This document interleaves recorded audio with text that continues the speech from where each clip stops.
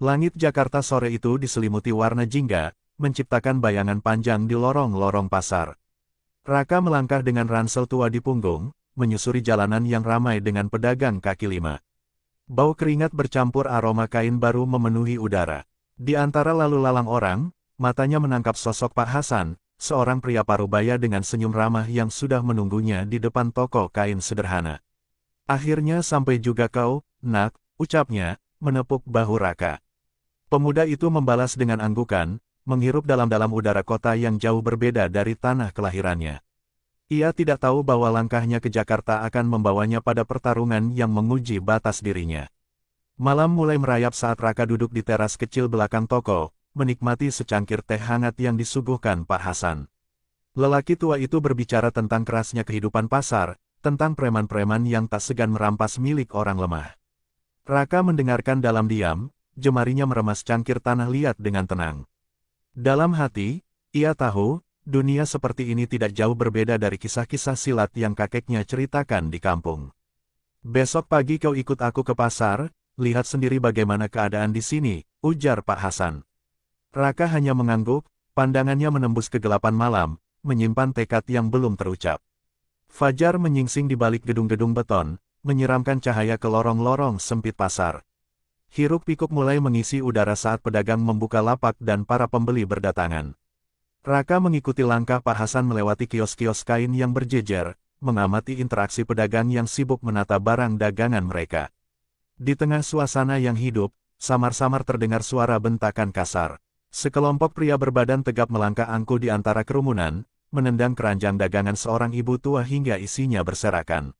"Bayar setoran atau lapak ini kami angkut," seru salah satu dari mereka, suaranya menggema, membuat orang-orang menundukkan kepala dalam ketakutan. Raka berhenti melangkah, matanya menatap tajam ke arah para preman yang kini tertawa puas. Dada pemuda itu menghangat, bukan oleh terik matahari, melainkan oleh kemarahan yang mendidih pelan. Pak Hasan menyentuh lengannya, memberi isyarat agar tidak ikut campur. "Ini bukan urusan kita," bisiknya lirih, nada suaranya penuh kekhawatiran. Namun, Raka tak bergeming. Kakinya melangkah maju, mendekati si ibu tua yang gemetar memunguti dagangannya. "Bu, biar saya bantu," katanya lembut, sebelum membungkuk dan meraih buah-buahan yang berserakan di tanah. Salah satu preman menendang tangannya, membuat Raka mendongak, bertemu dengan tatapan penuh penghinaan. "Mau sok jadi pahlawan, hah?" ejek pria itu, menertawakan keberanian pemuda asing yang berani menantang mereka.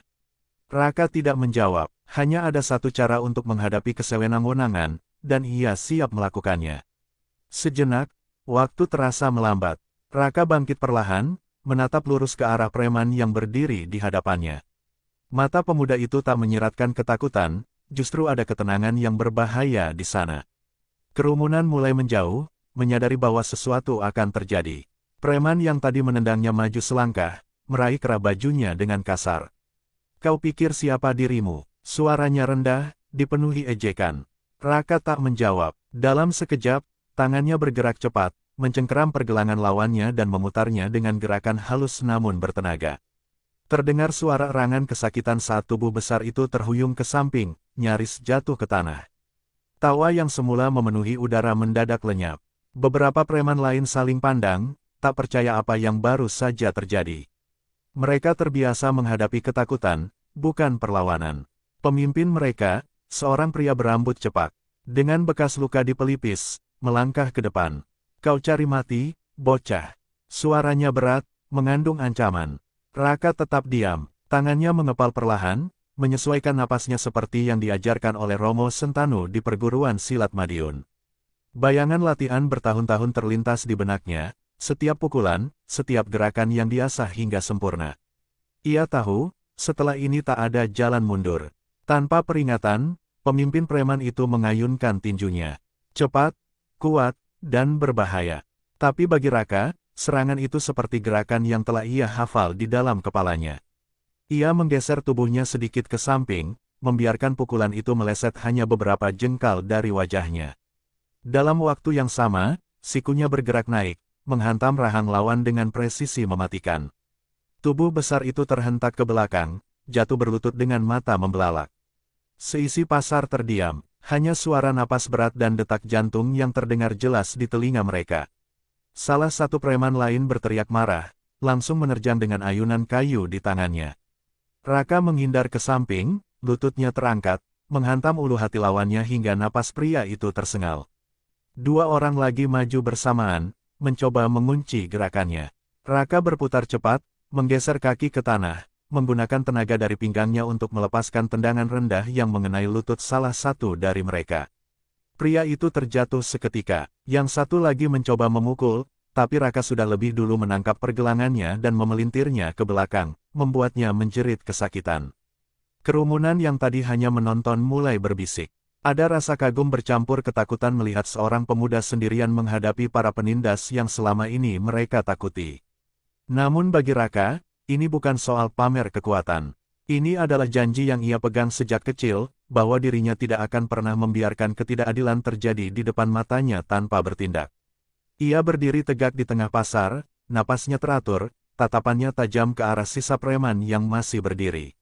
Siapa lagi? Suaranya tenang, tapi mengandung tantangan yang jelas. Di kejauhan, seseorang memperhatikan dengan mata menyipit. Sosok bertubuh kekar dengan bekas luka panjang di lengannya, berdiri di bawah bayangan bangunan. Bara Hitam, pemimpin utama geng Garuda, baru saja menyaksikan sesuatu yang menarik, dan ia tidak akan tinggal diam. Langit mulai meredup, menyisakan semburat jingga di cakrawala ketika kabar tentang perkelahian itu menyebar ke seluruh penjuru pasar. Pedagang yang biasa tunduk dalam ketakutan kini berbisik-bisik, sebagian dengan kagum, sebagian lagi dengan cemas. Nama Raka Wiraatmaja, pemuda asing dari Madiun, mulai terdengar di antara lorong-lorong sempit, seperti angin yang membawa tanda akan datangnya badai. Di sebuah bangunan tua di tepi pasar, di bawah cahaya redup lampu neon, Bara Hitam duduk dengan tubuh tegap, matanya menajam menatap anak buahnya yang terengah-engah melaporkan kejadian sore tadi. Jadi kau bilang bocah itu menjatuhkan 5 orang hanya dalam hitungan detik. Suaranya datar, tapi ada bara yang tersimpan di balik ketenangannya. Si preman yang berdiri di hadapannya mengangguk cepat, telapak tangannya masih gemetar. Bara menyandarkan tubuhnya, memainkan pisau kecil di tangannya dengan santai. Menarik, gumamnya, lalu menoleh ke pria berwajah kasar di sampingnya.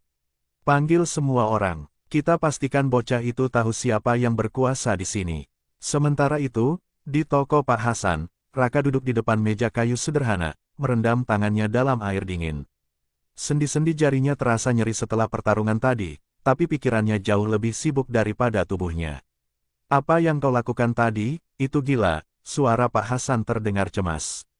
Lelaki tua itu duduk di seberangnya. Wajahnya dipenuhi kekhawatiran. Kau pikir bisa mengalahkan mereka semua sendirian? Raka menghela napas, menatap cawan teh di depannya yang bergetar sedikit saat ia letakkan di atas meja. Aku tidak mencari masalah, katanya tenang. Tapi aku juga tidak bisa membiarkan mereka terus menindas orang-orang di sini. Pak Hasan mengusap wajahnya, lalu menggeleng pelan. Kau tidak mengerti, nak. Geng Garuda Hitam bukan sekadar kumpulan preman pasar. Mereka punya orang-orang berbahaya. Dan pemimpin mereka, Bara Hitam, dia bukan lawan biasa. Raka menatap pria tua itu dalam-dalam. Ada sesuatu dalam suara Pak Hasan yang membuatnya merasa bahwa ancaman ini lebih besar dari yang ia kira. Tapi ketakutan bukanlah sesuatu yang bisa menghentikannya. Ia sudah memilih jalannya. Di luar, di balik bayang-bayang gang sempit, beberapa pasang mata mengintai dari kejauhan. Bisikan-bisikan pelan terdengar sebelum sosok-sosok itu menghilang dalam kegelapan, membawa kabar tentang seorang pemuda yang menantang kekuasaan mereka.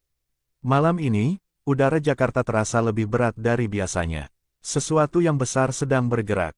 Dan Raka Wiraatmaja, sadar atau tidak, telah membuka gerbang menuju pertarungan yang jauh lebih besar dari sekadar perkelahian di pasar. Malam menyelimuti pasar Tanah Abang dengan hawa yang lebih pekat dari biasanya. Cahaya lampu jalan berkelip samar, seakan enggan menyentuh gang-gang yang kini penuh bisikan gelap. Di dalam toko kecil milik Pak Hasan, Raka masih terjaga. Matanya menatap langit dari celah jendela, pikirannya melayang jauh. Ia bisa merasakan sesuatu yang tak terlihat, sesuatu yang mendekat tanpa suara. Di luar, langkah kaki berat bergema di antara lorong-lorong sempit. Puluhan pria berseragam preman berjalan beriringan, wajah mereka menyiratkan niat buruk yang tak perlu dijelaskan dengan kata-kata. Mereka berhenti di depan toko Pak Hasan, tangan-tangan kasar mengetuk pintu kayu dengan ketukan yang tak ramah. "Keluar, bocah, ada yang ingin bicara denganmu." Suara berat menggema, memecah keheningan malam. Pak Hasan tersentak dari duduknya, wajahnya langsung pucat. "Mereka datang," bisiknya dengan nada cemas. Raka tetap duduk diam, napasnya teratur. Ia tahu ini akan terjadi, lebih cepat dari yang ia perkirakan. "Aku akan menghadapi mereka," katanya, suaranya tenang meski udara di sekelilingnya terasa semakin panas. Pintu kayu berderak ketika Raka membukanya, langsung berhadapan dengan belasan pria berwajah bengis. Di tengah mereka, seorang pria bertubuh besar dengan luka panjang di lengan kanannya berdiri tegak. Bara hitam, matanya menyipit, menilai sosok pemuda yang kini berdiri di hadapannya. "Jadi kau bocah dari Madiun yang membuat kegaduhan di wilayahku?" Suaranya pelan, tapi mengandung tekanan yang tak bisa diabaikan. Raka menatapnya tanpa gentar. "Aku hanya membela orang yang tertindas," jawabnya. Bara tertawa kecil, namun tawa itu sama sekali tidak mencerminkan kesenangan. "Kau pikir ini tanah kelahiranmu? Ini Jakarta, bocah. Hanya yang kuat yang bertahan."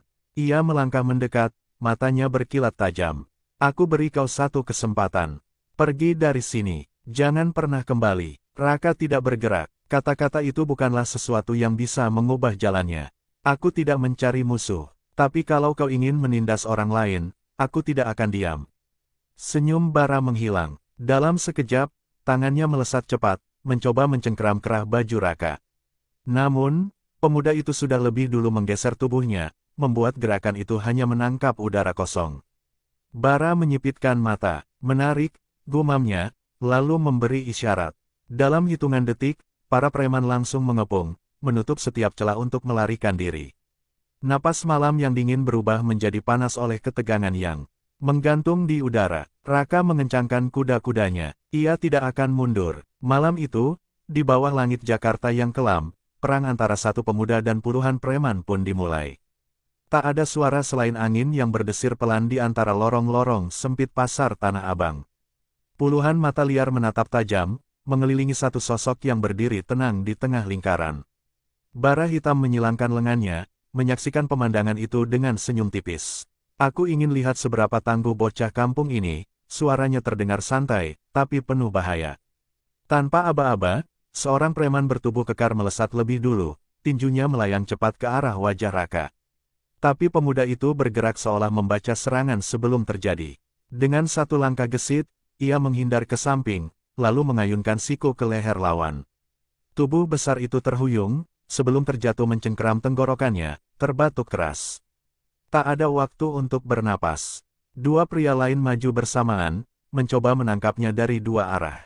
Raka merendahkan tubuhnya, lalu menghantam lutut salah satu dari mereka dengan tendangan cepat. Pria itu menjerit dan ambruk. Satu lagi mencoba meninju dari belakang, tapi Raka berbalik, menangkap lengannya, dan dengan gerakan memutar, melemparkannya ke tanah seperti kain lusuh. Sisa preman yang menyaksikan mulai ragu. Mereka tak terbiasa melihat seseorang bertarung dengan kecepatan sehalus air mengalir, seefektif pisau yang menusuk tanpa suara.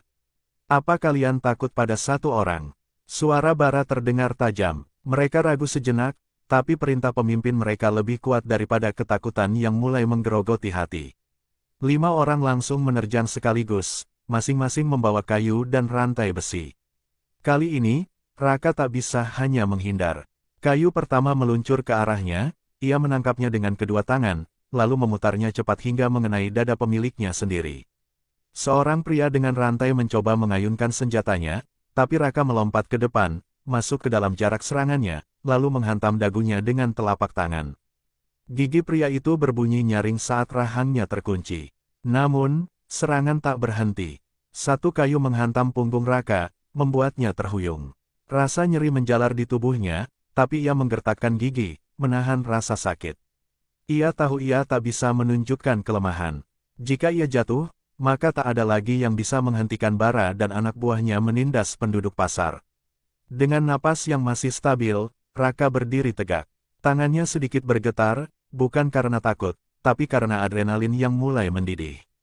Ia menatap Bara hitam, yang kini menyalakan sebatang rokok, menatapnya dengan tatapan penuh minat. "Masih bisa berdiri. Bagus." Bara membuang rokoknya ke tanah, menginjaknya dengan sepatu botnya. Sekarang, biarkan aku sendiri yang menyelesaikan ini. Raka mengepalkan tangannya. Pertarungan yang sesungguhnya baru saja dimulai. Malam semakin larut, tapi panas pertarungan baru mencapai puncaknya. Bara hitam melangkah maju, sorot matanya seperti pisau yang siap mengiris. Para anak buahnya telah tumbang satu persatu, terkapar di tanah, mengerang kesakitan. Namun, pemimpin mereka tetap berdiri, tak menunjukkan ketakutan sedikitpun. Kau cukup tangguh, gumam Bara, memutar lehernya hingga terdengar bunyi gemeretak. Tapi kau belum berhadapan denganku. Raka mengatur napas. Tubuhnya sudah mulai terasa berat, beberapa luka mulai menghangat di kulitnya. Tapi ia tahu, jika ia mundur sekarang, semua perjuangannya sia-sia. Kakinya merendah, bersiap dalam kuda-kuda yang telah diwariskan turun-temurun. Bara hitam bergerak lebih cepat dari yang diduga. Dalam sekejap, tinjunya melayang ke arah wajah Raka. Pemuda itu berusaha menghindar, tapi kecepatan dan kekuatan lawannya jauh berbeda dari anak buahnya. Pukulan itu meleset dari sasaran utama, tapi masih cukup untuk mengenai bahunya dengan keras, membuatnya terdorong beberapa langkah ke belakang. Raka menggertakkan gigi, menahan sakit yang menjalar. Ia harus mengubah strategi. Bara adalah petarung brutal, mengandalkan kekuatan murni dan kecepatan yang mengejutkan. Jika Raka mencoba melawannya secara langsung, ia akan kalah. Bara menyerang lagi, kali ini dengan tendangan rendah yang mengarah ke perut. Raka melompat ke samping, lalu melesat maju, menggunakan momentum untuk mengayunkan sikunya ke arah rusuk lawan. Bara mendengus, tapi tak mundur. Sebagai balasan, ia melayangkan pukulan lain. Raka nyaris tak sempat menghindar. Tinju keras itu menghantam perutnya, membuatnya tersentak mundur, napasnya tercekat. Suasana pasar sunyi. Para pedagang yang masih terjaga menyaksikan dari kejauhan, hati mereka dicekam ketakutan. Mereka telah lama melihat bara hitam menghancurkan lawan-lawannya. Tak ada yang pernah menang melawan pria itu. Namun, malam ini berbeda. Meskipun tersungkur, Raka tetap bangkit. Matanya tak lagi sekadar menatap seorang lawan, tapi menatap kejahatan yang harus dihancurkan. Ia menegakkan tubuhnya, meski dadanya masih berdenyut nyeri. Dalam sekejap, pikirannya kembali ke masa kecil, ke hari-hari saat ia belajar di bawah bimbingan Romo Sentanu di Madiun. Garis bawah, silat bukan sekadar pertarungan. Ini adalah tarian angin dan tanah, memanfaatkan kelembutan untuk menghancurkan kerasnya dunia. Garis bawah, saat bara kembali menerjang, Raka tak menghindar. Ia melangkah masuk ke dalam serangan, mengalihkan tenaga lawan dengan gerakan memutar, lalu menghantamkan lututnya ke dada bara dengan kekuatan penuh. Bara terhuyung ke belakang, terbatuk keras. Untuk pertama kalinya, ekspresi wajahnya berubah. Ia tak lagi melihat sekadar pemuda nekat. Ia melihat pendekar sejati. Gerakan Raka berubah. Ia kini bergerak lebih ringan, lebih cepat, seperti air yang mengalir di antara celah-celah batu. Setiap serangan bara ditepis, setiap celah dimanfaatkan dengan sempurna. Hingga akhirnya, saat bara mencoba menyerang dengan pukulan terakhir, Raka berputar ke samping dan mengunci lengan lawannya. Dengan gerakan tegas, ia melompat dan menghantamkan tumitnya ke pelipis bara. Tubuh besar itu terhuyung, matanya membelalak sebelum akhirnya roboh. Sunyi, orang-orang yang menyaksikan terdiam dalam keterkejutan. Mereka telah lama hidup dalam ketakutan, namun malam ini, mereka melihat sesuatu yang mengubah segalanya. Bara hitam terkapar, tak bergerak. Pemimpin yang selama ini menindas mereka akhirnya jatuh. Raka berdiri di tengah pasar, napasnya masih berat, tubuhnya dipenuhi luka. Tapi ia menang. Pak Hasan berlari mendekat, ekspresi wajahnya sulit ditebak antara lega dan tak percaya. Kau benar-benar mengalahkan mereka semua, suaranya bergetar. Raka menoleh ke sekeliling. Para pedagang mulai mendekat, wajah mereka tak lagi dibayangi ketakutan.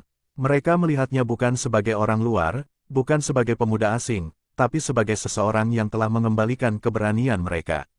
Langit mulai berubah warna, fajar menyingsing di ufuk timur. Raka menatap cakrawala yang perlahan memerah. Ia tahu, ini bukan akhir dari segalanya. Hidupnya di Jakarta baru saja dimulai. Namun, satu hal pasti, pasar Tanah Abang tak lagi berada di bawah bayang-bayang ketakutan. Malam ini, seorang pemuda dari Madiun telah mengubah segalanya. Dan namanya akan dikenang selamanya.